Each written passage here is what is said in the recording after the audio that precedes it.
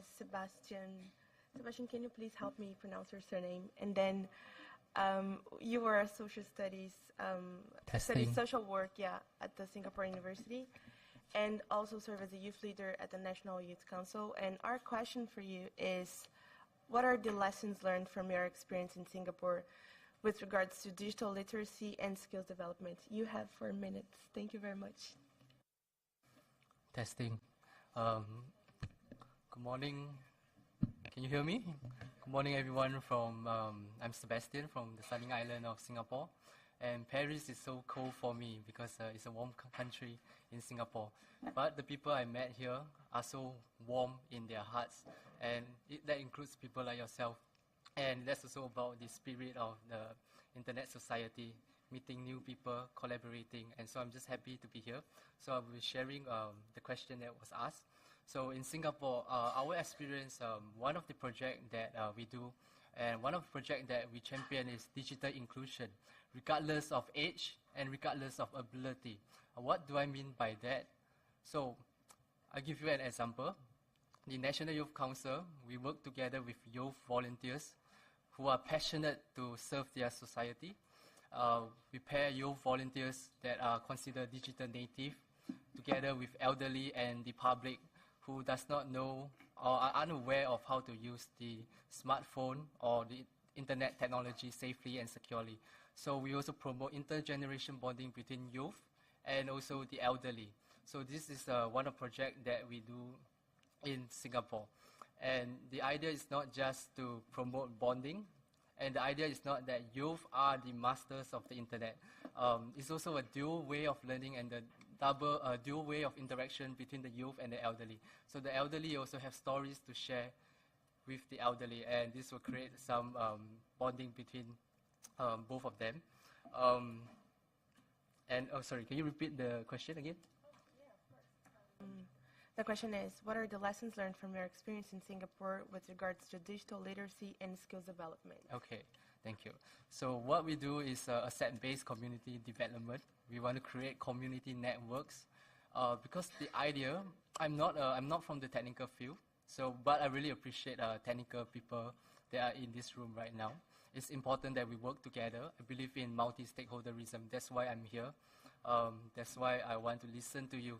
And I'm also going to keep my speech short because I want to hear any questions that you have to any one of us, and I'm more than happy to answer.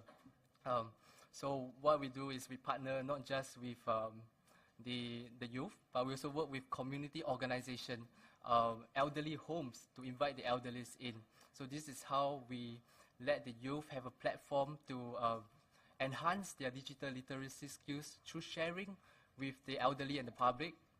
And so this is how we improve the digital literacy and also creating community network that I think is, we believe in tangible aspect of the internet, but we also want to create this community bond, this intangible bond. That's why you and I are here right now. And you do not just want to hear me speak, and you also probably want to ask some questions. So that's all for now, and please questions. Thank you. Thank you very much. Thank you very much, Sebastian.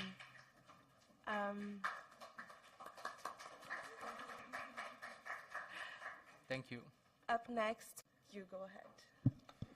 Thank you. I'm Arushi Mehta from India, Youth at IGF Fellow. My question is that it was discussed about how exploitation is happening in the workplace in terms of the wages that are being given. And I think that's happening with young people a lot because I come from India. I'm a law student and I'm expected to intern every summer and winter, at least 2 internships. And unfortunately, all of these internships are unpaid.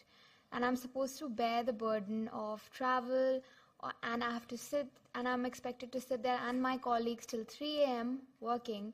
And I believe it is a form of exploitation that young people are just not discussing, because coming from a labor-intensive economy is not my fault.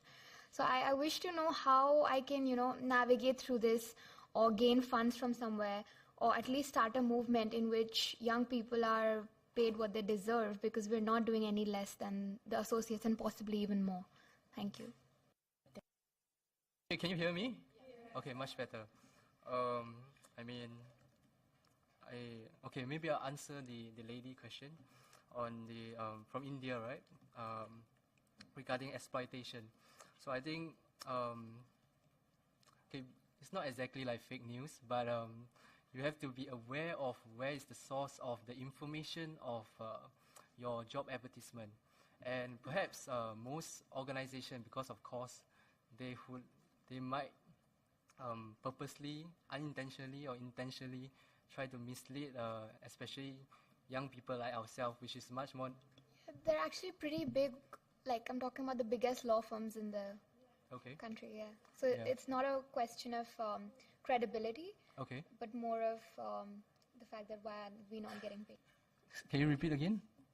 It's not a question of credibility, but like why are we not getting paid to do twice the work of employees? Well, I definitely agree with you, and I think that is a great question. But I'm not an employer, but I can share with you based on my... I can share with you based on my youth perspective, and also based on my experience searching for a job.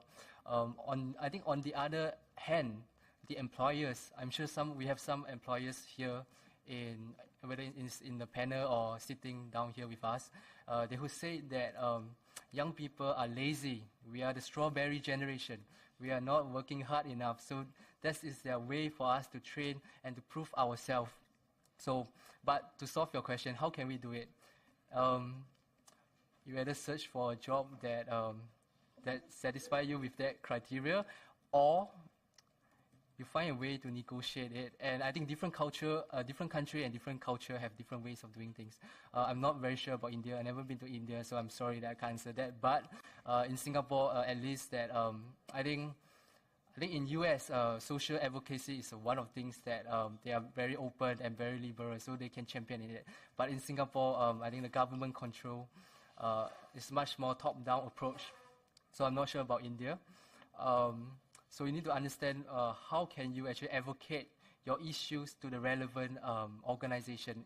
Perhaps is there a labor union or organization in that, so they can address, and perhaps you can even work together with like-minded youth like yourself that have such issues, so that you are not alone and you can work together.